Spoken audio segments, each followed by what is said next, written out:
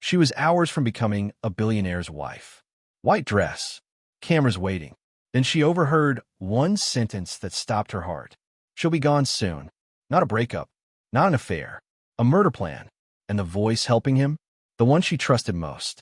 She collapsed before the vows, declared dead days later. But here's the mistake they made. They talked while she was still listening. And on the day they came to claim her fortune, the dead bride was watching. What happens next changed every life in that room. Welcome my beautiful family and friends to my YouTube channel. Please click on subscribe, like, share, and let me know in the comments where you're watching from. Now back to the story. The morning sun poured through the floor-to-ceiling windows of a luxury hotel suite, bathing everything in gold. White roses lined the vanity. A diamond necklace lay carefully arranged beside a silk wedding veil. Outside, the city buzzed with anticipation. Reporters had already gathered. Cameras waited. Today, Linda Bernard would become a billionaire's wife. She stood in front of the mirror, her reflection calm, elegant, flawless. The gown hugged her like destiny, custom-made, imported, worth more than some people's houses. Her makeup was soft, her smile gentle. She looked exactly like the woman everyone believed her to be. Lucky, loved, chosen. She had worked for everything she owned, built businesses from nothing, survived loss, betrayal, and loneliness. And now, finally, she believed she was safe. She believed she had chosen the right man. David Matthew. Handsome, polished, powerful. The man the media called the perfect partner. The man who held her hand at charity events, kissed her forehead in public, and promised her forever in private. She adjusted her veil and smiled again. Just hours left. Linda lifted the edges of her gown and stepped out of her suite. Her plan was simple. A small surprise. David was staying 2 floors down, surrounded by his groomsmen. She wanted to catch him before the ceremony, tease him, calm his nerves. She moved quietly down the hallway, heels tapping softly against marble floors. Her bouquet trembled slightly in her hands. Not fear, just excitement. She imagined his face when he saw her. The laugh, the hug, the whispered, "You look stunning." She stopped in front of his door. The room was quiet. She reached for the handle, and then she heard his voice. David was laughing. Not the nervous laugh of a groom about to commit his life. Not the shaky excitement of a man in love. It was relaxed, amused, confident.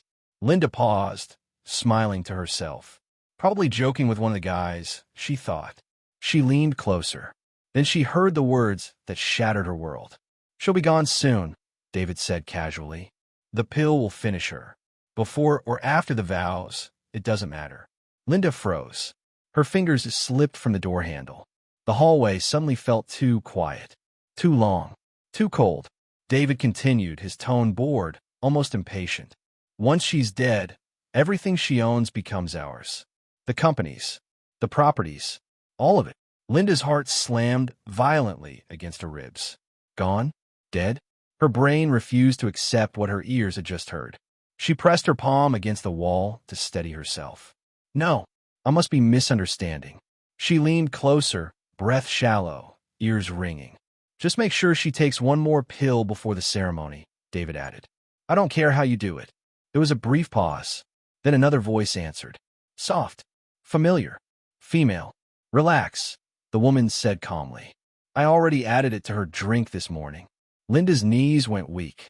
She recognized that voice instantly. Rita, her best friend, her chief bridesmaid, the woman who had slept beside her during heartbreaks, the woman who had helped her pick this very dress. Linda's bouquet slipped from her fingers and hit the floor with a dull thud. She covered her mouth to stop herself from screaming. Inside the room, David laughed again. "Good," he said.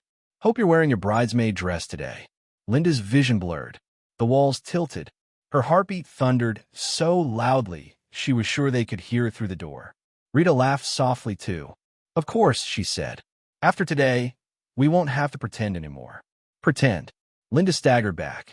Her mind raced, memories crashing into one another. Rita insisting she take the pills every morning. Rita bringing her drinks. Rita always close, always watching. The room spun. They're trying to kill me. Her own fiancé, her own best friend. Linda turned and ran. Her heels struck the marble floor too loudly now. The sound echoed down the hallway, sharp and frantic. Her gown billowed behind her like a ghost fleeing its own grave. Her chest tightened. Breathing became painful. Her hands shook uncontrollably. Think, think. Where do I go? Her parents. Her father and stepmother were staying downstairs. She bolted toward the stairs, gripping the railing as she descended.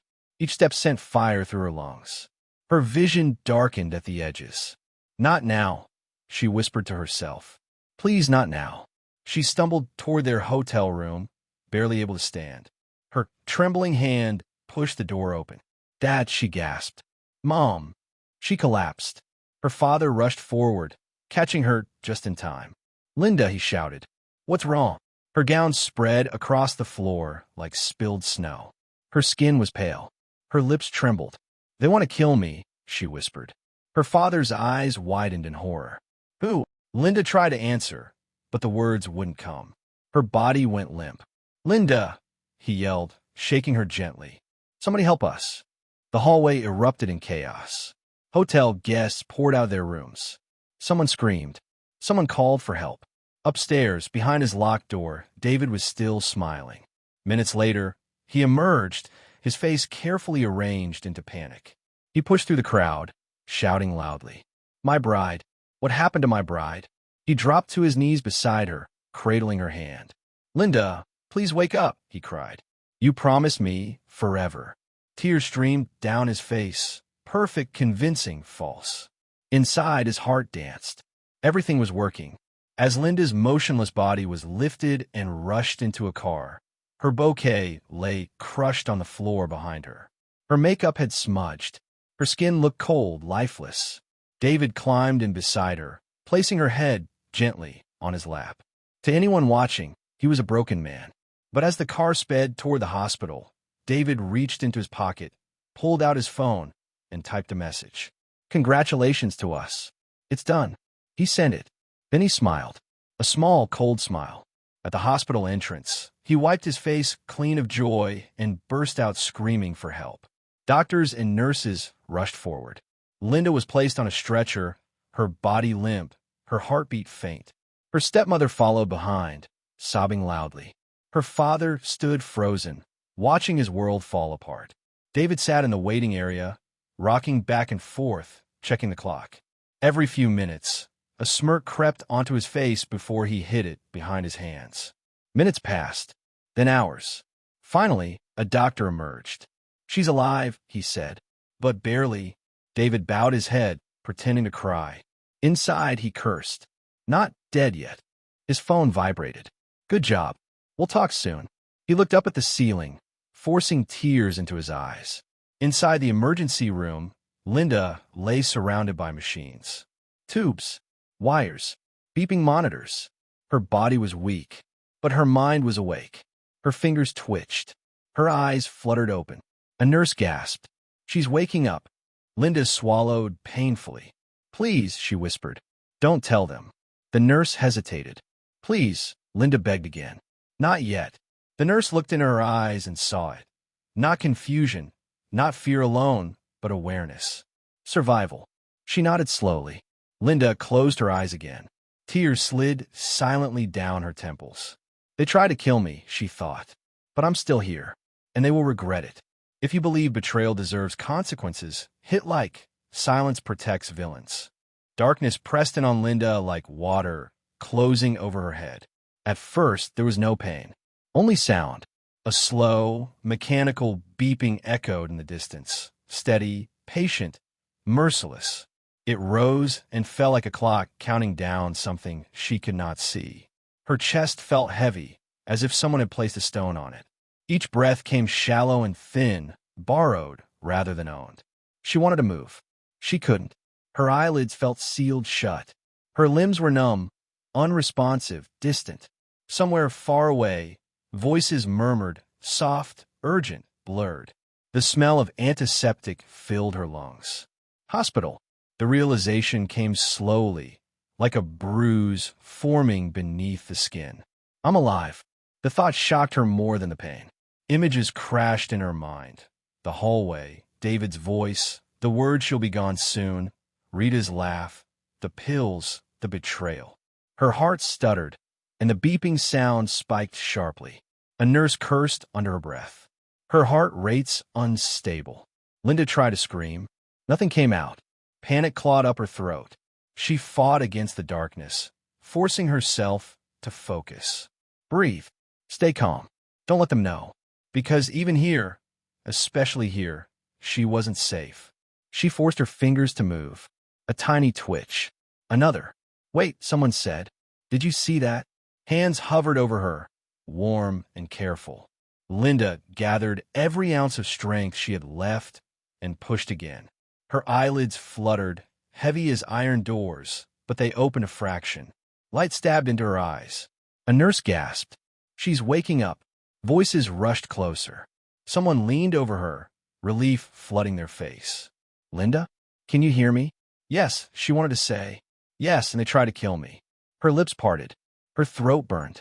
Instead of screaming, instead of crying, Linda whispered the only thing that could save her. Please, she breathed. Don't tell them. The nurse froze. What? She asked softly. Your family is outside. Your fiancé. Linda's fingers tightened weakly around the sheet. Her eyes filled with tears, but they burned with something else too. Awareness. Fear sharpened into purpose. Don't tell them I'm alive, she whispered again. Not yet. The nurse studied her face. This was not confusion. This was not shock. This was a woman who knew exactly what she was saying. Slowly, the nurse nodded. Okay, she said quietly. I won't. Linda closed her eyes, exhaustion pulling her back under. Outside the room, the performance continued. David sat in the waiting area, head buried in his hands, shoulders shaking.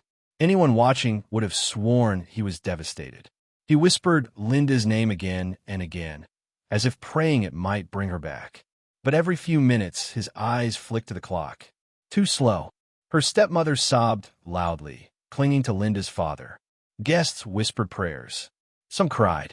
Others simply stared at the emergency room doors, stunned. David's phone vibrated. He glanced down discreetly. Any update? He typed back with steady fingers. Not yet. Doctors say it's bad. Then he wiped his eyes and groaned aloud, drawing sympathetic looks from everyone nearby. Inside the emergency room, Linda drifted in and out of consciousness. Each time she surfaced, the truth came back sharper, clearer. She remembered Rita's calm voice, the way David laughed, the casual cruelty in their words. This wasn't a mistake. This was a plan. Hours later, a familiar presence entered the room. Dr. Felix. He had been her doctor for years. He knew her medical history, her habits, her strength. He moved with quiet confidence, his expression troubled as he reviewed her chart. When he noticed her eyes open, he leaned closer. Linda, he said softly, can you speak? She nodded faintly. He checked the monitors, then looked directly into her eyes. Tell me the truth, he said. What happened? Linda swallowed. Her voice trembled, but her words were clear. Someone is poisoning me. Dr. Felix stiffened. Poisoning you? Yes, she whispered. My fiancé and my best friend. They've been giving me pills. They want me dead. Silence filled the room, broken only by the steady beeping of the machines. That's a serious accusation, he said carefully. I heard them, Linda replied. I heard everything. Dr. Felix exhaled slowly, his face pale. He looked at the door, then back at her. Linda, he said, lowering his voice. If this is true, you're in danger. Even here. I know, she said. Her eyes hardened. That's why I need your help. He hesitated. With what? She stared at the ceiling for a long moment. The idea had been forming in her mind since the moment she woke up. Dark, terrifying, desperate. Help me fake my death, she said. Dr. Felix recoiled slightly. What? If they think I'm dead, Linda continued weakly, they'll stop watching me. They'll relax. They'll expose themselves.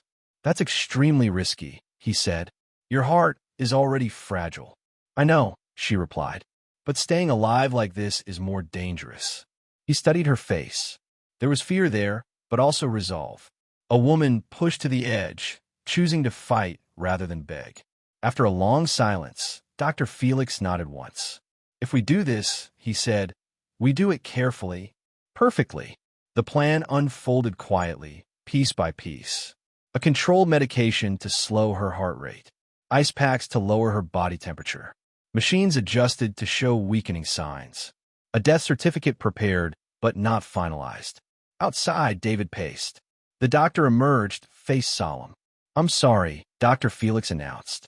We did everything we could. The words hit the room like a bomb. Her stepmother screamed. Her father collapsed into a chair. Guests cried openly. David staggered backward, then fell to his knees. No, he shouted. No, no, no. But even as he wailed, something dangerous flickered behind his grief. Relief. Victory. Inside the room, Linda lay perfectly still. Her chest barely moved. Her skin was cold to the touch. Her heartbeat slowed to a whisper. To the world, she was dead. And somewhere deep inside her fading consciousness, Linda clung to one thought. Dead women don't get poisoned again. And killers always talk when they think they've won. As orderlies prepared her body, Linda listened to the distant cries outside. Every sound cut deep, but strengthened her resolve. This was no longer about survival alone. This was about truth. This was about justice. And this was only the beginning. Comment, no more lies, if you believe evil shouldn't go unchallenged. They said death brings silence. But Linda discovered something far crueler. Death brings truth. She lay inside the coffin, her body stiff, her skin cold, her breath slowed to a whisper so faint it barely existed. A thin white sheet covered her face. Candles flickered around her, casting long shadows across the walls of her mansion. To the world, Linda Bernard was gone. To Linda, the world had never been louder. Every sound cut through her like a blade. The soft murmur of voices, the shuffle of feet on marble floors, the fake sobs that rose and fell like rehearsed music. She couldn't move, couldn't open her eyes, couldn't wipe away the tears that slid silently down her temples. All she could do was listen and endure. The lawyer had announced Linda's final request before her burial, 10 days. 10 private visits. One person at a time. Everyone had agreed. Not out of respect, but out of greed. The will would only be read after the 10th day. Linda's coffin became a confession box. The room emptied. Then footsteps returned. Slow. Confident. Linda recognized the rhythm instantly. David. He stood beside her coffin for a long moment without speaking. The silence stretched, heavy and uncomfortable. Then he sighed, deep, exaggerated, theatrical. Linda, he said softly, like a grieving lover. You didn't deserve this. Linda's heart clenched. She wanted to scream. David leaned closer. She could feel the warmth of his body through the wood, smell his cologne, the one she bought him. I wish you could see how broken I am, he continued. Everyone believes I loved you. A pause. Then his voice changed. Lower. Colder. They bought it, he chuckled quietly. Every tear. Every cry. Linda's nails dug into her palms beneath the sheet. You always trusted too easily, David went on. That was your problem. Too kind. Too generous. He laughed under his breath. Honestly, it was almost boring how easy it was. Linda's chest tightened painfully. He paced the room now, talking freely, comfortably. I've already spoken to the lawyers, he said. Once the will is read, everything changes. No more pretending. No more waiting. He stopped beside the coffin again. Thank you, he whispered, for everything. Then, with a final satisfied sigh, David walked out. Linda lay frozen, her heart screaming. Her husband hadn't lost her. He had won. The door opened again. This time, lighter footsteps. Rita. Linda's body tensed involuntarily. Rita approached slowly, her heels clicking softly. She sniffed, dabbed at her eyes, and sighed dramatically. Oh, Linda, she said. Who would have thought? Silence. Then Rita laughed. A quiet, relieved laugh. I told you it would work, she said to the still room. The pills were perfect. Slow. Clean. No suspicion. Linda's breath hitched dangerously. Rita leaned closer, lowering her voice as if sharing a secret. You were always so grateful, she continued. You never questioned me. Vitamins, I said, and you believed me. Her voice dripped with satisfaction. I hated you sometimes, Rita admitted. Not because you were mean, but because you had everything. Money, power, love. She sighed. Well, now it's my turn. Rita's fingers brushed the edge of the coffin. Don't worry, she whispered. I'll take good care of what you left behind. David and I, we deserve it. David and I. Linda's heart shattered again. Then Rita bent closer, so close Linda could feel her breath through the thin layer of fabric. Sleep well, she murmured. You were too soft for this world. Rita walked out humming softly. Linda lay still, her mind burning. The betrayal was complete. The next visitors didn't pretend to mourn. They didn't whisper. They didn't cry. Kevin walked in first, hands rubbing together eagerly. So this is it, he said, glancing around. The end of the golden goose. Ella followed, rolling her eyes. At least she left us something worth fighting over. Linda felt sick. Kevin snorted. I'm calling dibs on the cars. All of them. Ella scoffed. Please, you can keep your toys. I want the beach house. They laughed. Right beside her coffin. She was always so serious, Kevin said. No fun at all. Ella nodded. If not for her money, I wouldn't have stuck around. They argued briefly, over houses, accounts, jewelry, like vultures picking at a corpse. Linda's tears soaked into the fabric beneath her. These were the people she fed, educated, protected, and they never loved her, not even in death. This day hurt the most. Her father entered slowly, shoulders hunched, eyes red. For a moment, hope flickered inside Linda's chest. Maybe he truly cared. He stood silently beside her coffin. My daughter, he whispered. My firstborn. A tear slipped down his cheek. Linda's heart softened. Then her stepmother stepped forward. Her voice was calm, practical. At least this ends the begging, she said quietly. Everything she owned will come to you now. Linda froze. Her father hesitated, then nodded. I suppose you're right, he said softly. After all, I raised her. That was it. No defense, no regret, no love, only entitlement. Linda's chest burned with a grief deeper than anger. Even her father had failed her. The door opened again. Different footsteps. Slower, hesitant. Linda's heart pounded. Her mother, the woman she believed had abandoned her. She approached the coffin trembling, her hands shaking as she touched Linda's cold fingers. My baby, she sobbed. I'm so sorry. Her grief was raw, uncontrolled, real. I never wanted to leave you, she cried. Your father kept me away. He made sure you hated me. Linda's heart broke all over again. Her mother collapsed to her knees, clutching the coffin. I loved you every day, she whispered, even when I couldn't be there. Tears streamed down Linda's face. For the first time since this nightmare began, she felt something warm. Truth. The house staff came quietly, respectfully. They cried. They prayed. And then, George stayed behind. Linda's heartbeat quickened. George stood alone beside her coffin, hands clenched, eyes wet. I'm sorry, he whispered. I should have told you. Linda's breath caught. I saw things, he confessed. Your husband, your friend. I was scared you wouldn't believe me. His voice broke. I loved you, he said softly. From the beginning. Linda's tears fell freely now. Not all love was a lie, and not all silence was betrayal. Some people were just afraid. As George walked away, Linda understood the truth that changed everything. The people she feared losing loved her least. The people she ignored loved her most. And the monsters had finally shown their faces. If you've ever been used by people you trusted, subscribe. This story is for survivors. The 10th day arrived heavy with expectation. Black cars lined the driveway of Linda Bernard's mansion like obedient soldiers.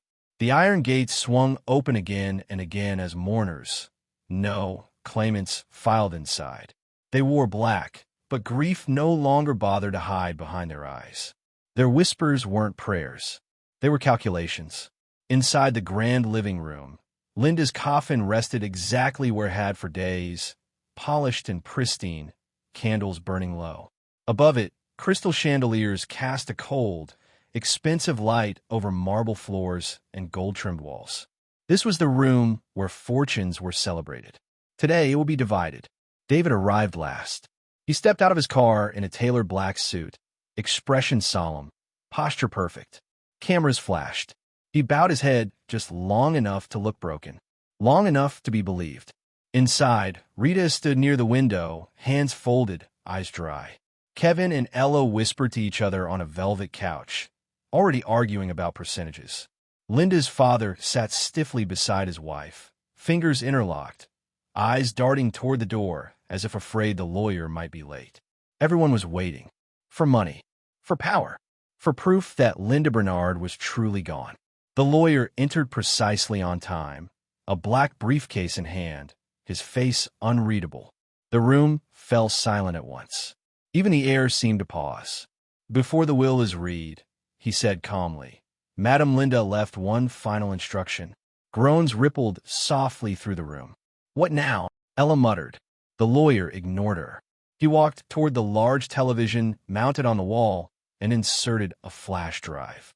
"She requested that you all watch this," he said. "In full." The screen flickered. David stiffened.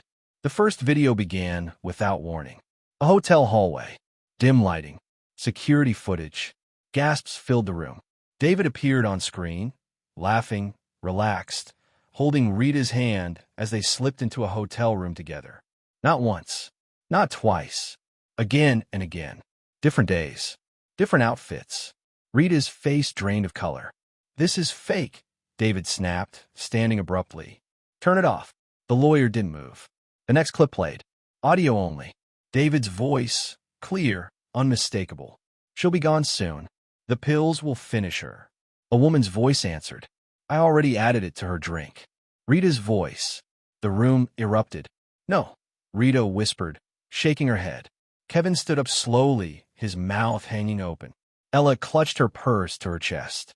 Linda's father stared at the screen, frozen, as if watching a nightmare unfold in slow motion. The video continued. Hidden recordings. Conversations. Dates. Times. Greed spoken freely. Plans discussed casually. A life reduced to profit. By the time the screen went black, no one spoke. Shame pressed down like a suffocating weight. Then white text appeared. "My will." The screen changed. And there she was. Linda. Alive. Strong. Sitting upright. Dressed in white. Eyes sharp and unafraid. Screams tore through the room. "What? This is impossible. She's dead." Linda smiled faintly from the screen. "Now that I've seen how much you all truly loved me," she said calmly, "it's time to distribute what remains of my trust." David staggered backward, his face ghost white. This is some kind of trick," he stammered. Linda's image continued, unwavering. "To my dear husband, David," she said, her voice steady, "and my childhood best friend, Rita, the two people I trusted the most." She paused. "From this moment on, you lose everything I ever gave you." Rita screamed. "No, Linda, please." "Divorce papers have already been filed," Linda continued. "All joint assets frozen. All accounts revoked. You will leave with nothing." David fell into a chair, hands shaking. The screen shifted again. To Kevin and Ella, Linda said coolly, "You will receive nothing. Consider this payment for the loyalty you never had." Kevin's knees buckled. Ella burst into hysterical sobs. Linda's gaze hardened. "To my father and his wife, 5 million naira. Not out of love, but so my anger doesn't poison the next generation. After today, we are strangers." Her father's face crumpled.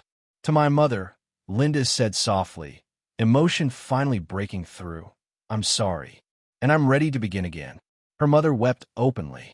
The room trembled with emotion, disbelief, terror. Then Linda smiled. "And now," she said gently, "there's one more thing." The doors behind them creaked open. Footsteps echoed. Slow, steady, real. Gasps turned into screams. Linda walked in, alive, breathing. The dead bride had returned. David collapsed to the floor. Rita screamed her name. Linda stood tall, eyes blazing, and surveyed the room. The monster she had listened to, learned from, survived. "You wanted me dead," she said softly. "But I was listening." Before anyone could speak, the doors burst open again. Police officers flooded the room.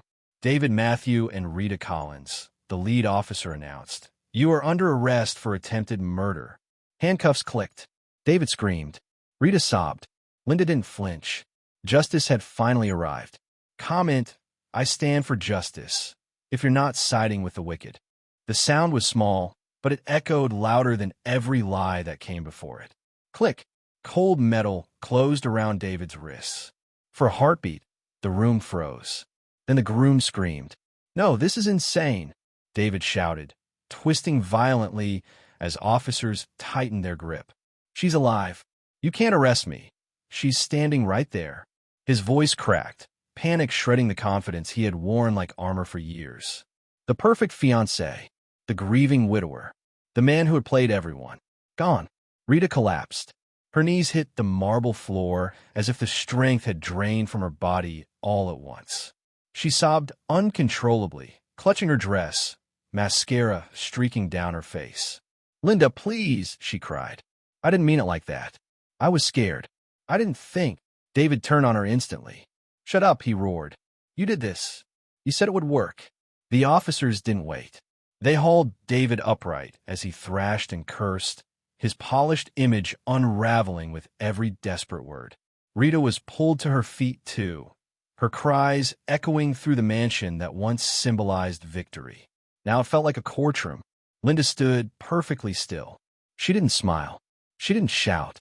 She didn't need to. She watched as the two people who had tried to erase her were dragged toward the door. David's eyes found hers one last time, wild, pleading, furious. "Tell them the truth," he begged. "You know I loved you." Linda took one slow step forward. "Love me?" She thought of the pills, the laughter, the casual way he had planned her death like a business deal. "You love what I gave you," she said quietly. "Not me." Her voice didn't shake. That was what scared him most. As the doors slammed shut behind the police, the mansion fell into stunned silence. No applause, no cheers, just the aftermath. Kevin stared at the floor like a child caught stealing. Ella clung to the couch, shaking. Linda's father sank into his seat, his face buried in his hands. The illusion of family had collapsed completely, leaving nothing but exposed intentions. Linda breathed out slowly. For days, she had held herself together with pure willpower, inside a coffin, beneath grief, surrounded by monsters. Now, with the danger finally gone, the weight hit her all at once. Her legs trembled. George stepped forward. He didn't speak at first. He simply stood beside her, close enough that she could feel his presence without being overwhelmed by it. A quiet anchor in a storm that had finally passed. "You're safe now," he said gently. Linda nodded. Safe. The word felt strange. Fragile, but real. Her mother rushed to her then, wrapping her arms around her tightly. She cried openly, unapologetically, pressing her face into Linda's shoulder as if afraid she might disappear again. "I thought I lost you forever," she sobbed. Linda held her back. "For a long time," Linda whispered. "I thought I lost you too." They stayed like that for a moment, two women reclaiming something stolen by lies and silence. It wasn't perfect. It wasn't healed, but it was honest. And honesty, Linda had learned, was the beginning of everything. Later, when the house had emptied and the echoes of chaos faded, Linda stood alone in the living room where her coffin had once rested. The candles had burned low. Wax dripped onto the floor like melted time. She looked around slowly. This mansion had been a symbol of success, power, control, but it had also been a cage. She realized then that survival wasn't the same as living. And revenge, no matter how tempting, would only keep her tied to the people who tried to destroy her. She didn't want to be defined by what they did to her. She wanted to be defined by what she chose next. Linda sold the mansion within weeks. She shut down accounts tied to old names, cut off the noise, the fake friends, the relatives who had mistaken access for love. She didn't announce her decisions publicly. She didn't grant interviews. She didn't chase headlines. She chose peace. Every morning, she woke up without fear. Without pills she didn't trust.